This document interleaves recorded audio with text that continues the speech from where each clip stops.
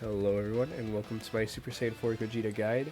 I'm going to be talking about his pros, his cons. We're going to look at some of his combos, or at least the ones I think you should know if you're interested in him, and whether or not he's actually worth the money. So without further ado, let's get into the pros.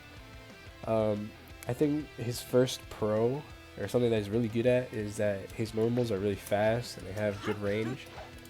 His mediums, his heavy, all that. It's got good range. And if you're good at using frame traps, you can actually get some really good saucy combos and good punishes. So that's something he does really well. Another thing he's also really good at is keeping up the pressure. Since he has 2 air dashes, you can actually use that for a shit ton of stuff. So for example, if you wanted to mix up your opponent, I'm not very good at it, but I'm going to try and show you.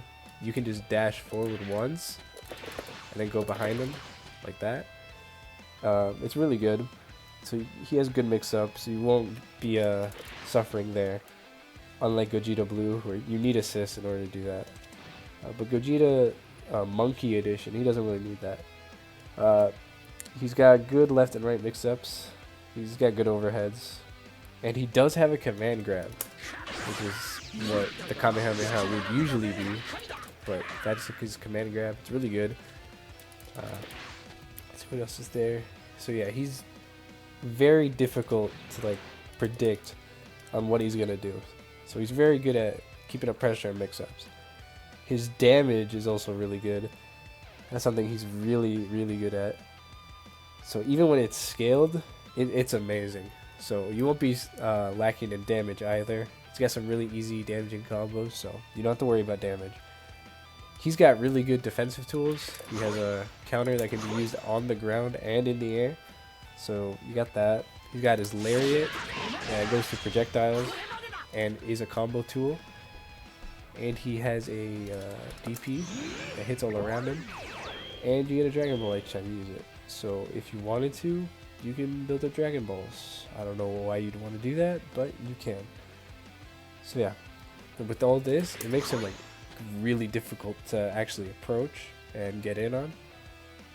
And this next one it's both a pro and a con, and I'll explain why later, is his taunt. So the good thing about his taunt is that it builds damage on all of his supers. I'm pretty sure it's level 1 and 3, and it can be covered with assist, so you can do it safely. And if you get to 7 levels, you can get his instant kill level 3, which, as you can see, is very good. And it's actually not too difficult to combo into, so if you have level 7, you can easily combo into it. But yeah, so that's really nice that he has his level 7. It buffs his damage even more, so that's really good. And his last pro is that he's really cool. I still prefer Gogeta Blue. He's just more of my character, but I do like playing both of them. They're both amazing, in my opinion. But let's get into some of his cons. And one of his first cons, and I think this is probably the part you're going to struggle with the most, is he doesn't really have any neutral. What I mean by that is, usually most people in this game, we look at, let's pull out Baby really quick. He has Ki Blasts that come out, so you can cover screen, right? You can make control of it. You won't be struggling with controlling the screen. While Gogeta, his Ki Blast only hits a couple of, it's very close to it, right? You can't really control the screen with this. It's mainly supposed to be used as a combo tool. So he doesn't have any ranged options. He has no beams. So against certain characters, it can be difficult to actually get in on them, since he doesn't have anything that he can use, from the range. So you might as well just switch from someone else, or you're gonna have to rely on your assists to cover you with that. Let's move on to the next con, which leads into my finish sign when I was talking about in his pros, his taunt. So it's both a good and bad thing. And why I say it's a bad thing is because sometimes you rely on it a little too much. So ultimate impact, I don't know if you know what that is lariat, or not his lariat, my bad. It's his level 1, right? So it has pretty bad base damage, right? So in order to fix that, you need his taunt, right? You need to gain his levels.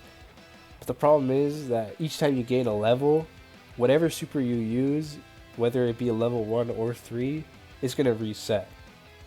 So you have to either A, go for the upgraded level 3, or you can save it and go for level 1 later on, level 3, whatever.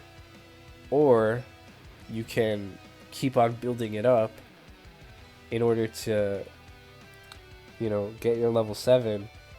But if you do that, you lose pressure. Because in order to safely do it, you need assists, right? You can't just whip this out and then expect not to get punished for it. So keep that in mind. It is kind of difficult to keep it up consistently. Its assists aren't anything special, really. His B assist is probably his best in my opinion. It's my favorite. His A assist basically makes him base Goku B, where he just builds up meter and he'll gain levels up to 5, which isn't really that great. And his C assist, it's a C assist. I mean, what do you really expect from it? So yeah, those are his pros and cons, and let's move on to the combos.